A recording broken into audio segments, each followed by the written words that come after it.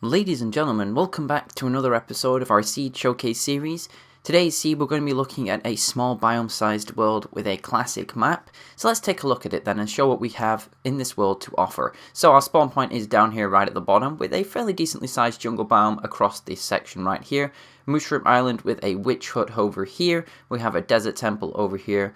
Obviously, the ice spikes is the giveaway over there, which you can probably see in the thumbnail, and then we'll have a look at the Stronghold at the end.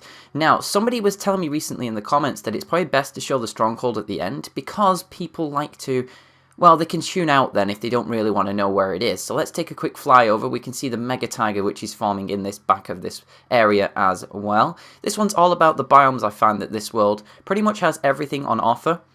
And obviously it doesn't have mesa, which is a little bit of a shame, but then again you can get all the clay from the shallow oceans.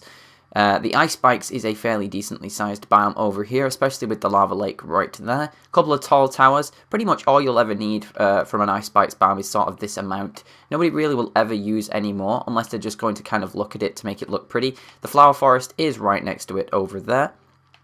We have the roof forest here, which then again, the other downside to this world is no woodland mansion, but you don't really need the mansion unless you're going for the achievements, but then again, I would recommend you use a different one.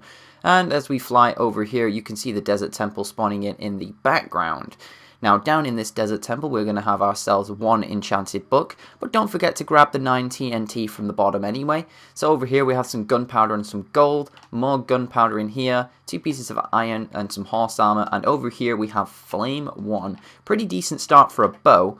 But there really wasn't much else to offer from that desert temple. Now, if we fly over here, not very often you'll find in a classic world a witch hut, but we have one in the bottom corner down over here, and these are actually generated witch huts, which means these actually work if you set up witch farms, which is quite nice. And we also have a Mushroom Island in the world as well. Now, for those of you who don't want to know where the Stronghold is, I would tune away now, but for those of you who do, we're going to fly over and we're going to take a quick look at the Stronghold. Now, the good thing about this Stronghold is, which is not going to be mentioned to the people that have just left, is the fact that the library is directly above a spawner, where you could make a really cool base based on the fact of those two being next to each other. Now, here's the end portal itself with no eyes in it, sadly. But that's okay. It means you have to work a little bit harder to get to the end and get your elytra and your dragon's heads.